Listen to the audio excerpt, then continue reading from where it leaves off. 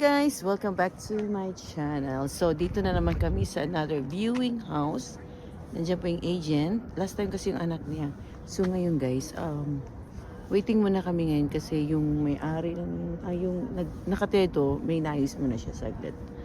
So this is the view of the house. Ayan. Neighbor, malapit lang din siya sa mga bilihan.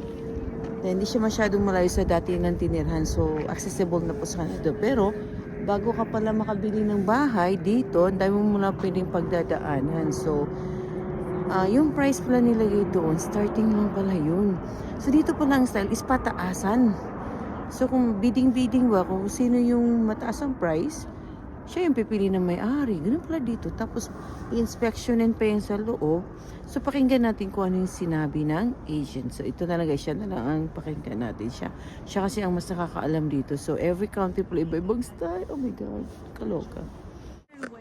Even with Glenda, it took some time, and then finally they found the perfect home.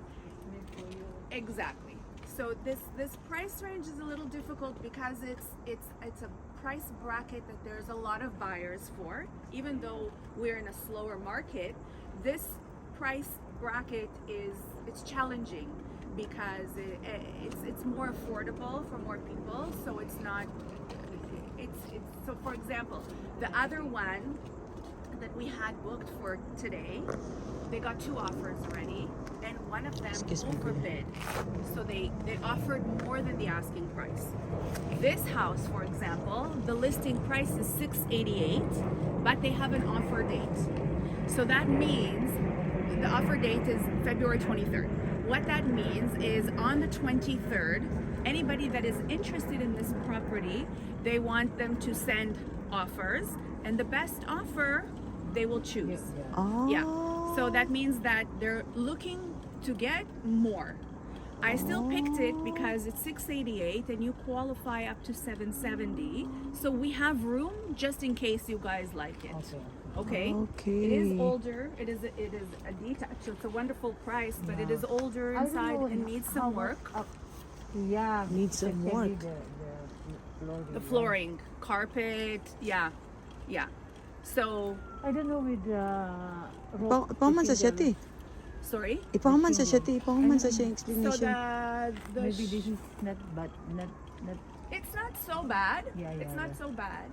But what I also want to say to you is whenever we will find the home that we will put an offer and it will be the one, before we commit, I always suggest to get a home inspection. Yeah. It's where a home inspector comes, he checks the shingles, he checks inside and out, and he the electrical exactly. He checks everything.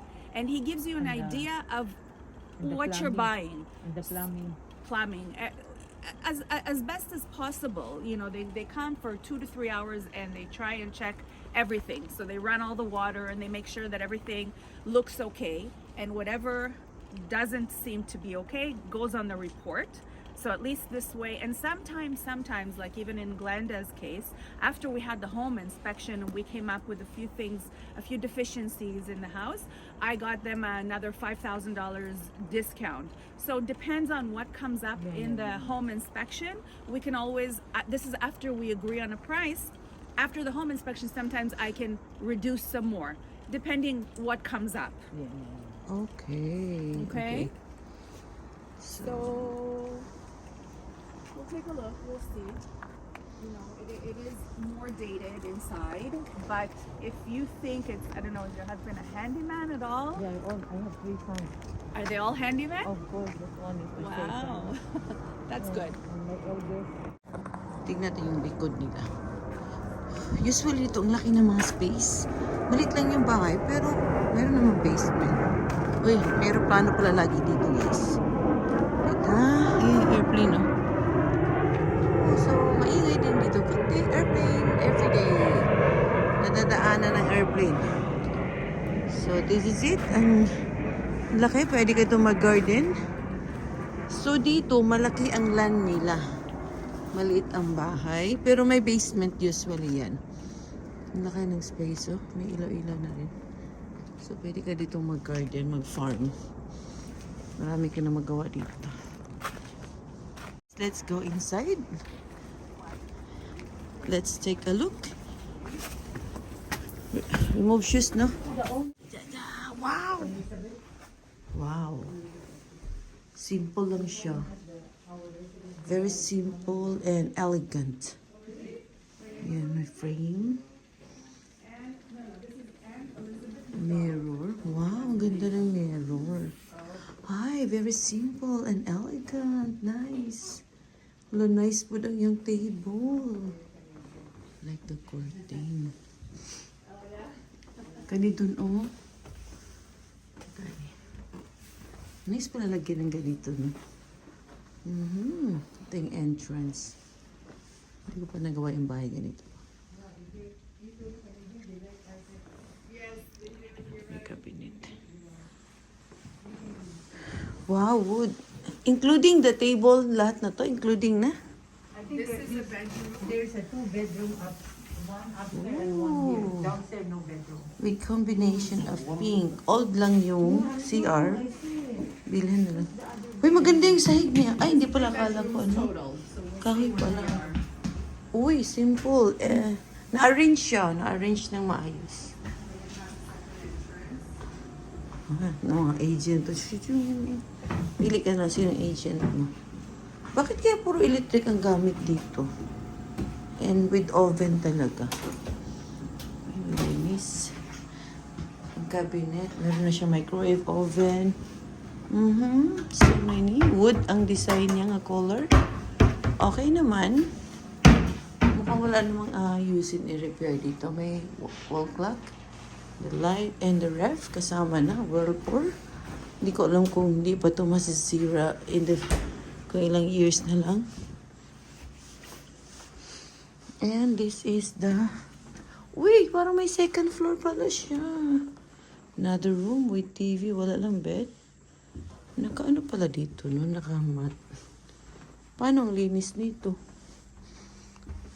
Meron silang, ano to, attic room.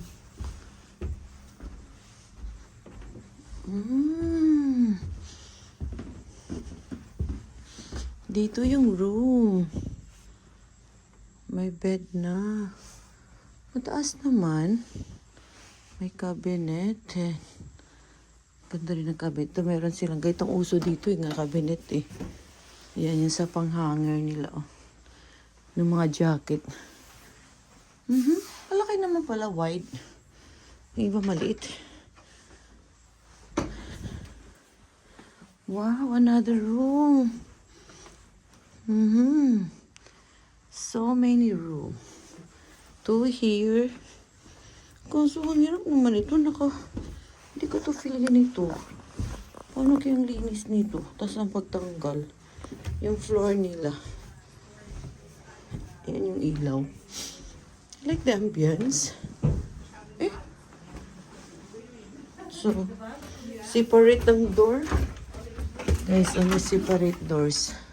Pa-basement. So, may separate doors. Pwede yung paupakan. Ay, may chair. Simple, ah. It's a small but simple and big. Look, big inside. One bed here. We have 3 rooms. We're gonna put to sleep over there. 3 rooms upstairs. 2 in the second floor. Oh, One in- Yeah, so one that down. third one was a bedroom I'm on the going- main floor. We're going up. I'm going to go up. What's this? Just some storage under the staircase. Oh. Oh, another bathroom. Okay. Ah, washing. Nice. Heater.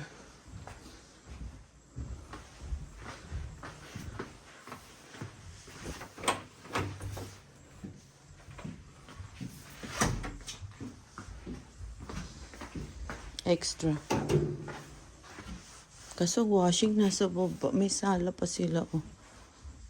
Wow. Another. I need to go up na. Here. The problem is the floor. I'm scared how to clean that one. This one, how to clean. This one. Well, carpet cleaning. There's a carpet cleaning company, or you can Ah. rent the machines, Oh. and it's like a steamer. Oh, okay. Yeah. So, another expenses. Uy, meron. Okay. It's good.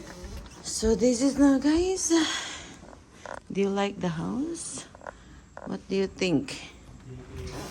First to go. Yeah. You know, there's no homes, detached homes, Like the urban. less than seven something, usually 700 and up. So even in this kind of a market, what they do is they lower the price purposely to attract attention, Yeah, I so they know. can get more than one offer, so they can see in this poor market what's the best they can receive. Offer, Yeah. So if you like it, what I want to do is I want to speak to Katerina.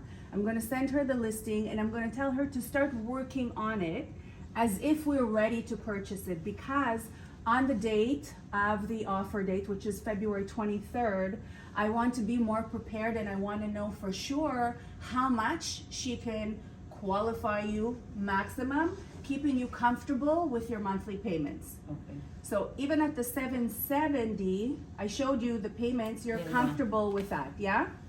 So I want her to work on it just to see if we stand a chance. So when it comes time, maybe what I'll also do, sometimes before the date comes, you can offer the seller more than asking and hope that they will be satisfied with what you're offering Yeah. more by, and to try to beat the rush, to try to beat the competition. So that's another way. I can speak to the agent and see if they would be interested in looking at an offer before the 23rd. But that means that we will have to come in higher than asking. So, Okay. yeah. So, mayroon ito, umiingay pala yung sahig. Pag ano pala dito, nag-winter, nag-reflex pala siya yung ingay ng sahig. Kasi pwede daw siyang lumuwag, lumaki. You got a There's degree in init something? and lamig. Engineering. So, it's normal lang daw yun.